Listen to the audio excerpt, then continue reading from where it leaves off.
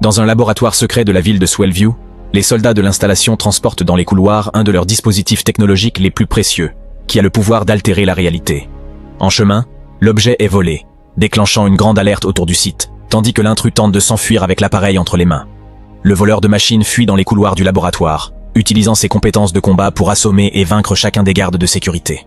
Soudainement, le jeune homme est entouré par les gardes, mais avant qu'ils ne puissent l'atteindre avec leurs bâtons électriques, il esquive les attaques, faisant en sorte que les hommes touchent leurs propres alliés.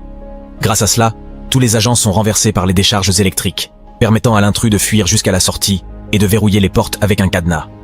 À la fin du vol, le fugitif décide de retirer son masque de déguisement, révélant qu'il s'agit de Missy Martin, la fan numéro 1 de Henry Danger, qui a un grand rêve de devenir une super-héroïne.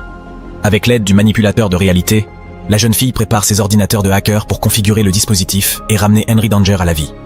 Il y a quelques années, Henry participait à diverses aventures aux côtés du grand super-héros Captain Man, et ensemble, ils ont apporté la sécurité à la ville de Swellview.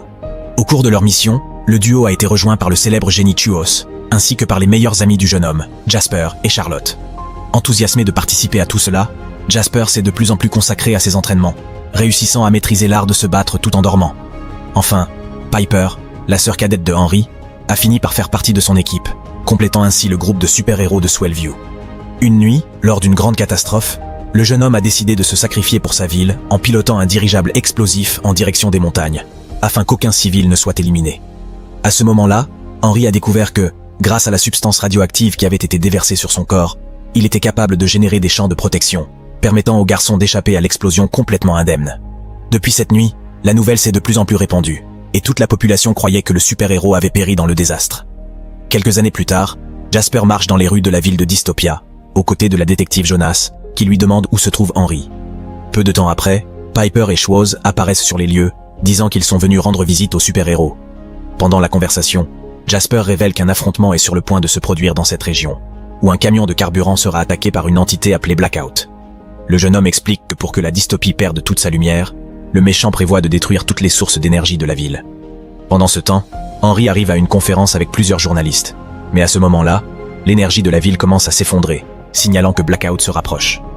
Jasper met alors son bandeau de sommeil instantané, tandis que Schwoz utilise l'une des caméras de sécurité des rues pour créer un dispositif de vision à rayon X. Quelques secondes plus tard, le camion de chargement apparaît sur les lieux, mais avant de pouvoir prendre une décision, Blackout apparaît dans un brouillard et jette le conducteur du véhicule au loin.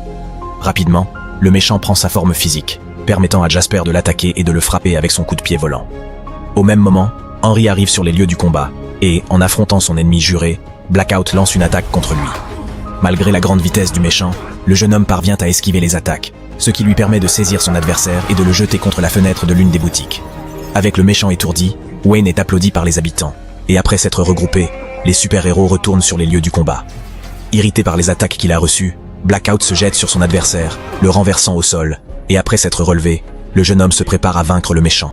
Avant d'être atteint par un autre coup du Monstrengo, Henry génère son bouclier radioactif, emprisonnant les bras de la créature et lui permettant de la lancer en direction de son bâtiment. À la fin du combat, l'énergie de la ville se remet à fonctionner et Henry retourne au bâtiment de son agence où il constate que le lieu a été complètement détruit par Blackout. Confus, le super-héros commence à marcher, mais soudainement, il est surpris par la créature qui le lance par la fenêtre, faisant tomber sa cible sur des centaines de mètres en direction du sol. Loin de là, Missy termine de configurer un manipulateur de réalité et en activant le dispositif, un grand rayon frappe sa chambre, faisant en sorte que tous les dessins présents dans son cahier soient connectés à l'appareil. Grâce à cela, un portail commence à se former autour de la jeune fille, qui voit Henry atterrir juste devant elle, portant le même uniforme qu'elle avait dessiné dans son cahier. Effrayé, le jeune homme tente de comprendre ce qui se passe, et Missy lui explique qu'il est à Newtown et qu'il a été ramené à la vie par le manipulateur de réalité. En entendant cela, Henry affirme qu'il n'était pas décédé et qu'il était simplement parti vers une autre région, afin de commencer une nouvelle vie en tant que super-héros indépendant. Réalisant qu'elle avait risqué sa vie pour rien, la jeune fille se sent furieuse et explique que la ville de Newtown est totalement hors de contrôle, car la criminalité ne cesse de croître. Par conséquent, Missy déclare qu'elle souhaite aider Henry et qu'elle l'a ramené à la vie pour qu'ils puissent combattre le crime ensemble, comme un véritable duo de super-héros.